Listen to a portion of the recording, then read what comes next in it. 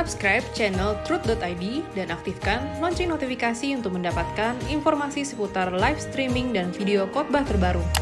Posisi tombol subscribe berada di kanan atas channel kami dan jangan lupa nyalakan loncengnya.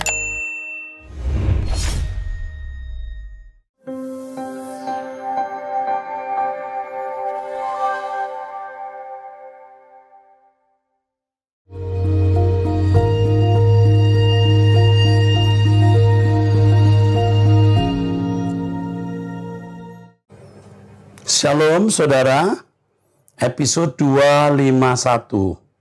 Kita mulai dari 08779888 dan seterusnya. Salam Bapak Pendeta Erastus yang saya kasih. Ya, saya pria usia 39 tahun laki-laki. Saya ingin cerita sedikit Pak, saya sebelumnya berlatar belakang Buddha. Dulu saya juga nggak suka orang Kristen Pak. Sifat saya dulu juga bukan buruk Pak, tapi di atas buruk. Sepertinya saya orang yang paling benar di dunia. Emosi saya di atas rata-rata manusia biasa Pak. Lalu pada tahun 2016 saya nonton Bapak di TV. Lalu saya mulai berpikir, kok pendeta orang Kristen yang satu ini beda ya. Singkat cerita, saya mau mengenal Tuhan Yesus dan menerima Yesus sebagai Tuhan saya. Saya juga selalu mengikuti khotbah Bapak sejak itu. Buat saya Bapak adalah Bapak rohani saya. Lewat khotbah Bapak saya banyak berubah sifat saya dan emosi saya. Sampai adik saya yang juga beragama sama dengan saya dulu ikut menjadi Kristen yang cukup ekstrim. Cinta Tuhan dan hidupnya juga sangat berubah lewat Truth.id. Sampai obrolannya hanya tertarik dengan firman Tuhan. Ini ceritanya. Adik saya melayani Tuhan di satu gereja di Melbourne. Tidak saya sebut nama gereja dan pendetanya ya. Ada di sini tapi tidak saya sebut. Jujur awal adik saya mau sampai pilih melayani di sana karena pendeta itu bilang karena ada satu pendeta ya bilang dia juga selalu mendengarkan khotbah Pak Eras. Adik saya senang karena berarti satu pemahaman. Tetapi kemudian di gereja tersebut, 13 Maret kalau tidak salah, gereja tersebut mengundang seorang pembicara ya, orang bule ya. Jeff Hammond ya. Anehnya pendeta tersebut, topik khotbahnya adalah tentang Erastusisme yang katanya menyesatkan. Topik khotbahnya adalah tentang Pak Erastus yang sesat. Ya, tentang kata Bapa yang berkata Tuhan Yesus yang tidak sejajar dengan Allah Bapa, Allah Dewi Tunggal, juga orang luar Kristen bisa masuk surga. Saya bingung Pak, kok bisa seorang pendeta berkhotbah yang topiknya tentang keburukan pendeta lain, yang dianggap buruk maksudnya. Lucu buat saya Pak, dulu di Buddha nggak ada pendeta yang saling menjelekkan, apalagi dijadikan topik khotbah. Sekarang adik saya jadi bingung dengan dua pemahaman yang sebelumnya dia sangat percaya kepada suara kebenaran. Mohon pencerahannya Pak tentang pemahaman Bapak yang saya sebut di atas. Pertanyaan saya juga bagaimana menurut Bapak tentang pendeta yang berkhotbah seperti itu dan gembala sidang yang bisa mengundang pendeta tersebut. Terima kasih banyak Pak. Oke. Tidak sedikit orang mendengar saya hanya dari kata orang atau mengutip 1-2 kalimat yang saya ucapkan atau buku yang saya tulis. Ya, sehingga mereka gagal paham apa yang saya pahami. Mestinya kalau kita hamba Tuhan yang memiliki etika dan mengasihi, menghubungi saya dan saya pasti mau. Ya, dihubungi dan menjelaskan ya. Kalau sampai mengatakan saya sesat itu tentu harus berimbang, artinya beritanya berimbang. Orang itu bicara, saya juga mestinya diberi kesempatan bicara. Tetapi faktanya banyak orang sudah bicara dulu di media sosial, setelah itu baru minta bicara dengan saya. Itu tidak fair, saudaraku. Ya, setelah saya dibully, disesat-sesatkan, dibidat-bidatkan, baru mau mengajak saya ketemu, lalu berkata, Erastus tidak mau ketemu. Sebelum Anda bertemu saya sudah menyesat-nyesatkan, bagaimana saya mau menerima? Ya, saya kira saudara memiliki nurani yang baik saja. Apakah saya pernah menyebut nama orang dan menyesat-nyesatkan? Kalau kita di mimbar, mestinya kita menyampaikan kebenaran yang tentu menurut si pembicara itu benar. Kalau ternyata benturan dengan orang lain, itu sangat mungkin konsekuensi logis. Kalau orang bicara A, yang lain belum tentu sama A. Tetapi kita hendaknya tidak menyebut nama, sebab kalau sudah menyebut nama itu etikanya sudah salah. Kenapa? Sebab saya juga bukan orang yang tidak kenal sekolah. Saya ini juga rektor, mantan rektor, sekarang juga rektor, bahkan saya ketua umum dari sekolah-sekolah tinggi teologi se-Indonesia dan dalam Badan Musyawarah Perguruan Tinggi Keagamaan Kristen yang tidak ditunjuk oleh 1-2 orang, tetapi pemilihan semua rektor. Sebenarnya perbedaan selalu ada, ya, selalu ada. Selalu ada. Tetapi perbedaan ini mestinya tidak membuat kita tergiring untuk merusak nama baik atau menujukan nama. Dalam istilah Latin itu ad hominem. Ad hominem itu tindakan ya menyerang orang, bukan hanya pengajarannya yang tidak sama, lalu menyinggung nama. Dan ini sebenarnya tindakan sewenang-wenang. Sebab kata sesat itu merendahkan martabat. Kata sesat itu sebenarnya sewenang-wenang terhadap orang. Mestinya beliau mengenal saya dulu. Apakah benar saya anti Tritunggal, sedangkan buku saya saja judulnya Tritunggal. Tetapi tentu Tritunggal saya dengan Tritunggal dia beda.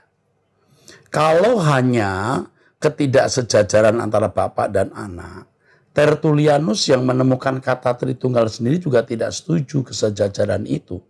Ya jangan pakai istilah Tritunggal kalau begitu. Termasuk Origenes dan tokoh-tokoh teolog. Ya. Jadi kita pasti ada perbedaan. Namun perbedaan jangan membuat kita memberikan stempel sesat. Dan itu sebenarnya ya tidak arif ya saudara. Tidak arif. Saya tidak bisa menjelaskan pokok ini dalam pertemuan ini karena buku saya mengenai hal ini ada beratus lembar, jadi tidak bisa dijelaskan saya dalam waktu singkat. Tetapi nurani kita bisa bicara, nurani kita bisa bicara. Doktrin yang benar akan memberi dampak perubahan karakter. Ya, doktrin yang benar akan lebih menyentuh spiritualitas yang akan berbuahkan perilaku yang baik.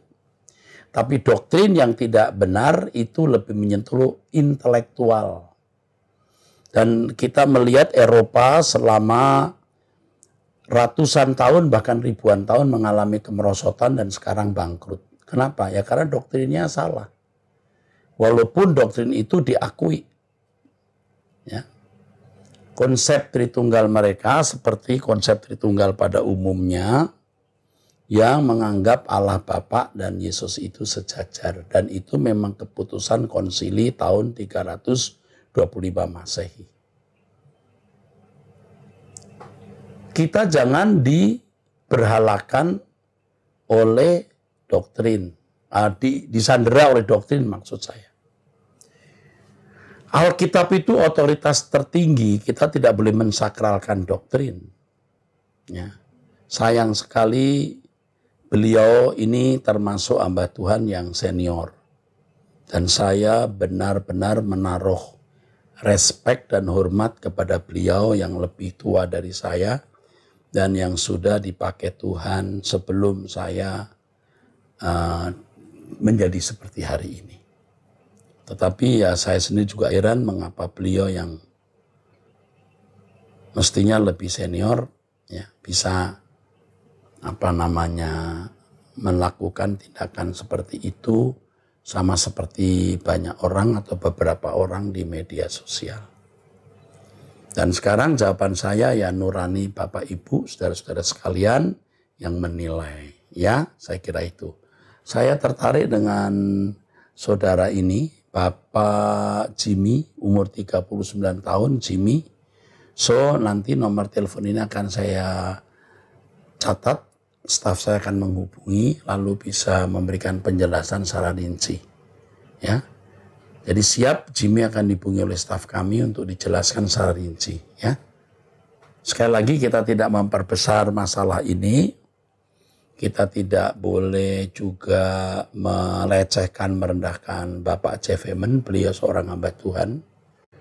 Kita tidak mengusik hamba Tuhan yang dipakai Tuhan juga di tempatnya. Dan kita anggap close case ya. Close case, kita tutup aja case-nya. Oke. Cuman sayangnya, saudara-saudara yang tadi dari agama lain sudah diubahkan, diperbaharui, hanya karena masalah doktrin ini bisa menjadi malah tidak jelas arahnya. Ya, oke.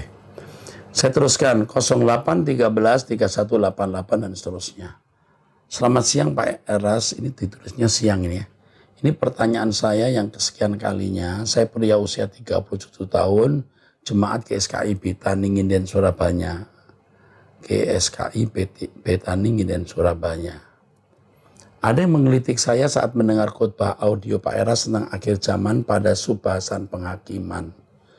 Bahwa Bapak katakan bahwa bila Tuhan Yesus gagal mengerjakan karya penebusan dan Injil akhirnya tidak ada, maka Musa, Elia, Henok akan disuruh turun dari sorga. Pertanyaan saya, bila dilihat secara dimensi waktu, apakah pengangkatan Musa, Elia, dan Henok secara hidup-hidup ke surga karena Bapa sudah tahu bahwa putra tunggalnya berhasil menjalankan perintahnya pada tahun 30-an Masehi itu? Itu saja Pak. Hehehe, terima kasih. Keren ya. Tuhan itu maha tahu segala sesuatu yang akan terjadi, sedang terjadi, dan sudah terjadi. Tetapi hendaknya kita tidak menghubungkan kemahatauan Allah dengan pikiran kita yang terbatas. Apakah Allah sudah tahu bahwa Yesus akan menang? Ya, bisa. Tapi tentu Allah dalam keadilannya tidak melakukan hal tersebut. Jadi kita ada di dimensi waktu kita. Memang Elia, Henok, Musa orang-orang pilihan yang layak untuk masuk ke tempat Allah, mereka mendapatkan pengangkatan awal, ya. Dan itu hak prerogatif atau hak bebas Allah Bapa. Tetapi bukan berdasarkan Yesus nanti akan menang kok. Tentu itu tidak bisa kita ucapkan karena itu dimensi waktu Allah yang kita tidak tahu. Ingat, jangan coba masuk dimensi waktu Allah. Kita masuk dalam dimensi waktu kita. Karenanya saya bisa berkata seandainya Yesus gagal, ya bukan tidak mungkin tokoh-tokoh ini akhirnya juga tidak akan bisa selamanya di surga. Tapi kemenangan Yesus membuat iblis dibuang ke bumi. Seperti yang dikatakan oleh Tuhan Yesus, aku melihat seperti kilat jatuh di langit. Nah itu iblis. Hal ini secara khusus saya bahas di kisah mengenai surga. Ya, ikuti Truth ID pembahasan mengenai surga secara detail saya sampaikan hal ini. Oke, 08 12 85 92 dan seterusnya. Salam puji syukur Bapak Erastus yang kekasih. masih diberi kekuatan untuk membimbing kami semua. Saya ibu rumah tangga berusia 51 tahun, ingin menanyakan bagaimana cara berlangganan harian Truth. Soalnya sahabat saya seorang oma janda usia 73 tahun, rindu mendapat pengajaran Truth. Singkat cerita, beliau sebelum COVID aktif di Malang dalam House of Truth, satu persekutuan yang membahas apa yang saya ajarkan. Dan doa yang tiap minggu diadakan di Hotel Regent Malang. Tetapi pada masa pandemi membuat Oma ini tidak bisa bersekutu lagi dengan sesama anggota House of Truth. Beliau sudah lama, amahnya panjang nih, lama menjadi pengagum Pak Eras dan merasakan kekuatan yang luar biasa untuk bisa berkemas-kemas pulang. Di antara semua problem kehidupan, beliau hidup dengan anak dan menantu yang menumpang di rumahnya, tetapi serasa terpenjara di rumah sendiri. Saya sebagai sahabat selalu menguatkan beliau bahwa Tuhan tidak memberi percobaan yang kita tidak bisa tanggung, yang tidak ada jadi tidak ada masalah yang lebih besar dari terpisah dari hadirat Allah. Jadi penulis memberitahukan kepada ibu janda usia 73 tahun tadi, tidak ada masalah yang lebih besar dari terpisah dari Allah. Oleh sebab itu masalah lain menjadi kecil dibanding dengan terpisah dari Allah. Jadi cuekin aja semua, kata saya. Demikian Pak Eras, maaf ini panjang sekali. Mohon doa untuk Oma sahabat saya ya Pak. Terima kasih, Tuhan Yesus memberkati. Baik, ibu rumah tangga usia 51 tahun. Perlu saya beritahu bahwa Oma janda usia 73 tahun ini Tuhan percayakan kepada Anda untuk menjadi susternya, disusteri ya. Selamat berjuang, selamat melayani. Ya, dampingi terus. Anda pun nanti kalau untuk berlangganan Truth nanti akan dihubungi oleh staf kami bagaimana bisa mendapat buku atau suara khotbah saya setiap hari. 08998824 dan seterusnya. Salam Om Eras, HN perempuan usia 25 tahun. Om ada beberapa mimpi yang saya mau ceritakan ke Om dan Om bisa memberi tanggapan jika memang ada. Saya beberapa kali bermimpi ada Om Eras dalam mimpi saya. Salah satunya di sebuah acara pesta yang ramai, saya duduk makan satu meja yang saya ingat saya bersama duduk dengan Om Eras dan Om Weknyo. Lalu saya pernah bermimpi Om Eras ajak kaum muda pergi ke villa dekat pantai yang indah sekali untuk merayakan ulang tahun Om Eras. Di sana Om Eras masak telur goreng untuk kami. Saya sudah ambil di meja tapi saya minta lagi sama Om karena saya maunya langsung ditaruh Om ke piring saya. Tapi Om bilang tidak boleh. Satu lagi Om, beberapa bulan lalu saya bermimpi ada satu pohon bonsai yang berbunga. Lalu teman saya tanya itu apa? Saya jawab pohon ini sudah berbunga, pasti sebentar lagi akan berbuah. Setelah itu saya menangis terseduh-seduh seperti takut. Lalu saya lanjutkan perkataan saya, nanti saat pohon ini sudah berbuah, Tuhan Yesus akan datang. Saya takut saya tidak dikenal kalau Tuhan Yesus datang nanti. Jadi saya menangis terseduh-seduh dalam mimpi itu. Mimpi ini yang paling meninggalkan bekas Om. Mengetik ini saja saya menangis.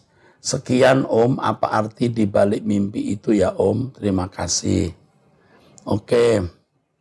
Mengenai duduk semeja tadi, ya bisa saja artinya bahwa kamu menjadi orang yang satu pihak dengan kami.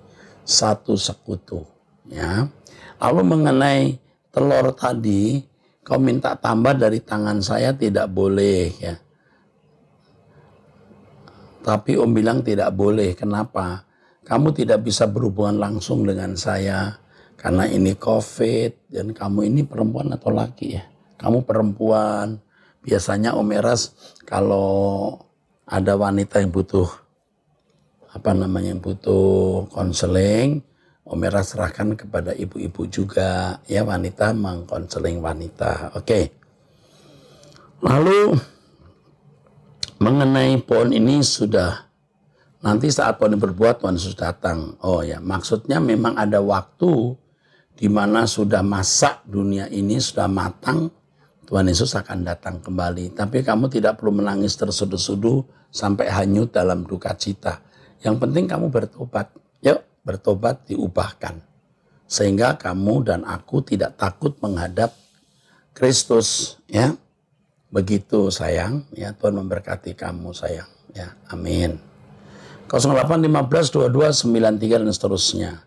Salam Pak Era, saya wanita dari Manado. Saya tidak sebut namanya ya. Saya salah satu orang yang suka dengar khotbah-khotbah Bapak. Baru-baru ini saya mendengar khotbah Bapak di Wanita Surgawi di episode yang ke-20 tentang menghayati hadirat Allah. Saya benar-benar tersentuh dan diberkati dengan pernyataan Bapak. Bapak mengatakan jangan bergaul dengan orang-orang yang bisa merusak hadirat Allah yang kita pribadi miliki. Benar, ini saya menyetujui dan mau untuk melakukan. Tapi jauh daripada itu, bagaimana jika orang-orang itu adalah orang-orang terdekat kita yang tidak bisa kita hindari? Sebab hidup di lingkungan yang benar-benar jahat, jika boleh dikata dalam keluarga besar, saya satu-satunya orang yang mengikuti pengajaran Bapak dan bertumbuh di dalamnya. Oh, dia satu-satunya ya. Keluarga saya adalah orang-orang yang belum sempurna dan belum benar percaya kepada Tuhan Yesus. Saya dulu bagian dari mereka, tapi puji Tuhan bertobat, lingkungan saya jahat. Jadi puji Tuhan sekarang si penanya ini bertobat. Lingkungan saya jahat, saya pun tidak punya teman atau komunitas bergereja yang seperjuangan dan membangun kerohanian saya. Saya merasa benar-benar sendiri dan hanya berjalan dengan Tuhan saja. Sejalan dengan pergumulan saya terkait dengan khotbah Bapak ini, bagaimana saya menyikapi ini? Saya jatuh bangun dalam pergumulan untuk bagaimana terus menjaga hidup di hadirat Allah. Salah satunya karena pengaruh lingkungan terdekat saya. Kadang kebablasan.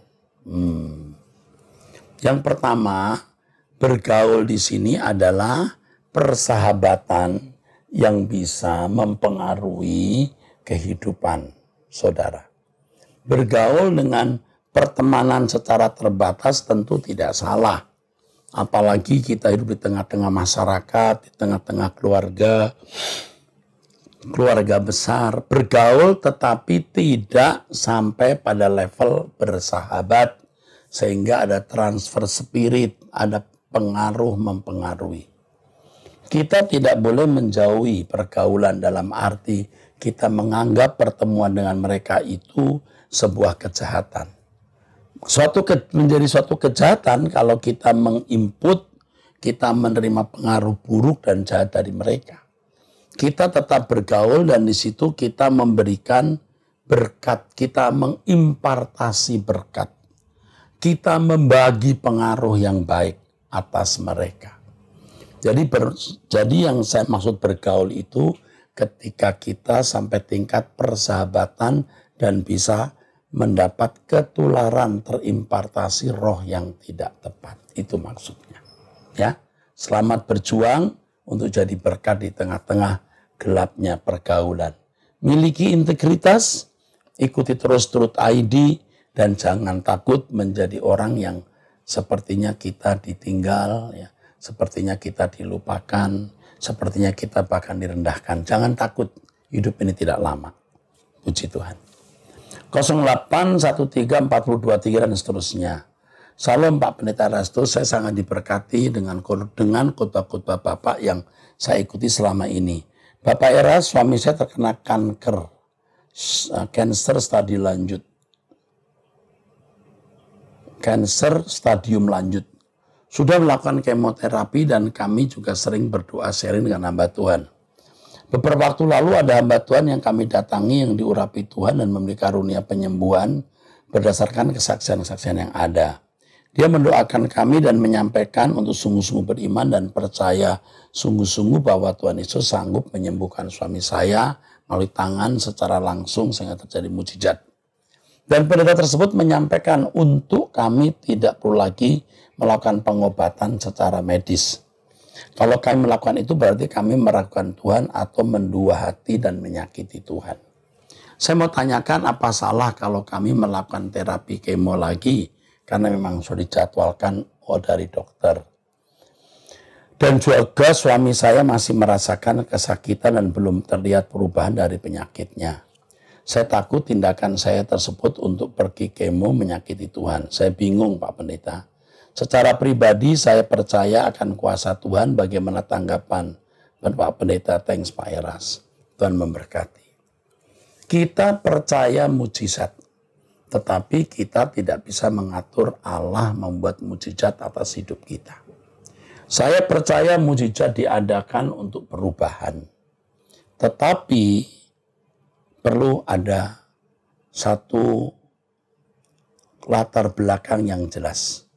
Kalau orang-orang kafir, orang yang belum mengenal Tuhan perlu mujizat, karena Tuhan mau menjadikan itu tanda. Tapi kalau saudara sudah jadi Kristen beberapa tahun, yang dibutuhkan tanggung jawab. Orang Kristen yang tidak bertanggung jawab, dia harus menuai apa yang dia tabur. Artinya kalau mau sembuh ya jaga pola makan, rubah pola makan, pola hidup, ke dokter dan lain sebagainya. Saya tidak tahu stadium yang dialami oleh saudara. Tetapi saya katakan tidak salah ke dokter, tidak salah di kemo. Ya. Kalau Tuhan memang bicara kepada Anda tidak perlu ke dokter, jangan ke dokter. Percayai mujizat. Tetapi kalau itu sakit karena kesalahan Anda, atau karena satu lain hal yang saudara harus bertanggung jawab, harus pergi ke dokter dan mengubah pola hidup, pola makan. Ya. Tetapi saya tidak bisa bicara lebih lanjut karena stadium kanker Anda itu sampai di mana. Saya juga sebenarnya tidak setuju kemo. Saya pribadi sudah menjumpai orang-orang di kemo akhirnya juga tidak menjadi sembuh. Harus mesti bijaksana. Ya, saya bukan dokter tapi dari pengalaman hidup. Pola makan yang diubah, pola hidup yang diubah, pencegahan yang sungguh-sungguh itu akan bisa memiliki dampak atas fisik kita. Nomor telepon Anda akan saya simpan dan saya memiliki sahabat yang memang memiliki nasihat untuk saudara-saudara yang menderita ini. Tetapi ingat, Anda tidak boleh memaksa Tuhan menyembuhkan. Iman itu bukan sekedar percaya kuasa Allah. Iman itu penurutan terhadap kehendak Allah. Kalau Allah berkata tidak perlu ke dokter, ya tidak perlu ke dokter. Tapi kalau Tuhan bilang ke dokter, ya harus ke dokter, ya. Jangan sembarangan begitu, ya. Jangan sembrono begitu. Tidak sedikit orang-orang juga yang saya jumpai memiliki benih kanker akhirnya sembuh. Sangat mungkin itu, ya. Oke, saya teruskan. Salam Pak Era, saya ibu dari seorang 2 anak laki-laki. Saya ingin bertanya apakah bayi tabung yang dilakukan untuk memilih jenis kelamin diperkenankan cara agama? 0878 8451 dan seterusnya. Ya, ini inseminasi buatan atau melalui proses fertilisasi in vitro bayi tabung. Pada dasarnya tidak dikatakan salah, tetapi yang harus diperiksa itu motivasi Anda. Motivasi Anda dalam melakukan hal itu. Ya. Tidak salah, tetapi motivasi Anda yang akan menentukan tindakan Anda itu salah atau benar. Itu. Jadi silahkan saudara periksa dengan tulus sikap hati Anda, ya. Saya kira itu cukup jelas, ya. Oke. Sekarang pertanyaan berikut. 08223360 dan seterusnya. Pada saat penciptaan manusia Adam, apakah Allah bersama dengan orang lain atau Tuhan lain? Tidak. Allah dalam penciptaan tentu bersama-sama ya dengan penghuni surga bisa, anak-anak Allah yang lain bisa, ya, bersama dengan putra tunggalnya Tuhan Yesus bisa, tapi tidak ada Allah lain. Yang jelas tidak ada Allah lain. Kalau Tuhan berkata baiklah kita, nah kata kita itu tidak Tidak boleh kita pastikan mestinya 3 atau 2 atau 4. Belum tentu. Ya. Saya bukan anti trinitarian, tapi kita harus mestinya jujur. Kita ini kok tahu 3 dari mana? Kok tahu 4 dari mana? Nah, di sini menunjukkan sebenarnya ya, kemuliaan Allah yang ternyata Allah dalam penciptaan bersama-sama dengan pribadi-pribadi agung yang bersama-sama dengan Dia. Bisa dengan para malaikat, penghuni surga, anak-anak Allah yang lain, dengan putra tunggalnya. Ya, saya kira cukup itu, dan nanti akan saya jelaskan secara khusus hal ini dalam penjelasan Tritunggal pada waktunya. Tuhan memberkati saudara sekalian. Sola Gracia.